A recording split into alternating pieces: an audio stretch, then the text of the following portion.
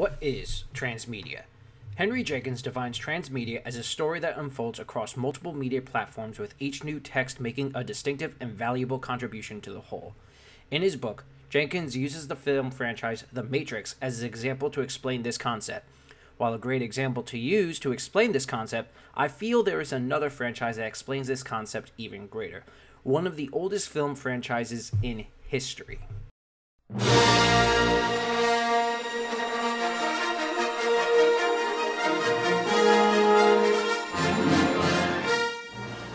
Yep, Star Wars. Film franchise released in 1979, George Lucas's most well-known franchise is a much better example to use for this concept. Allow me to explain. According to Jenkins, in the ideal form of transmedia, each medium uses what it does best so that a story might be introduced in a film, expanded through television, novels, comics, and video games. Well, Star Wars has done just that. You have the original trilogy giving you the story of Han, Luke, and Leia as they go on their adventure to defeat the Empire, but on top of that, you have a vast array of other sources of media to expand upon this universe. From the novels, you have such stories as what is known as the Thrawn trilogy, starting with Heir to the Empire, to the more recent novels such as Tarkin and a slew of other novels, to the comics such as the recent release Star Wars Darth Vader. And then you have a slew of video games in this franchise, such as Star Wars The Old Republic. Heck, there are even TV shows set in this world, like the currently running Star Wars Rebels.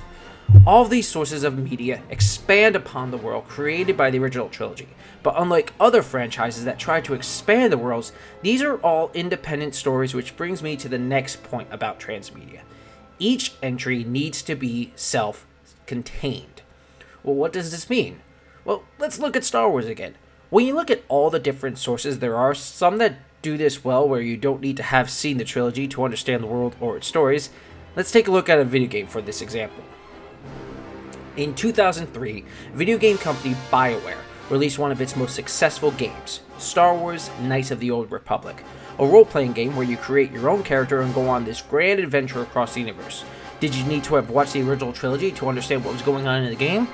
No, because from a storyline perspective, in the game this takes place thousands of years before the original trilogy took place.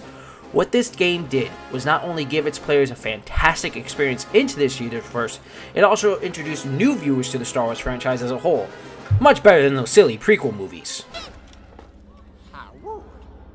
Oh, shut up, Jar Jar. Where was I? Oh yeah! What the Star Wars Expanded Universe does well is not add vital plot points to the movies and its other sources. It expands upon the already existing content from the movies to create stories of their own. When you take a source of media and tell the audience you need to see this to understand this, Matrix, I feel you lose the general audience because not all of them play the games or read the books. Star Wars does this effectively. If you want to continue watching stories or experiencing the universe, the other sources of media give you just that. If you want to stick with just the movies, go ahead, you won't lose any of the great storytelling some of the content has to offer.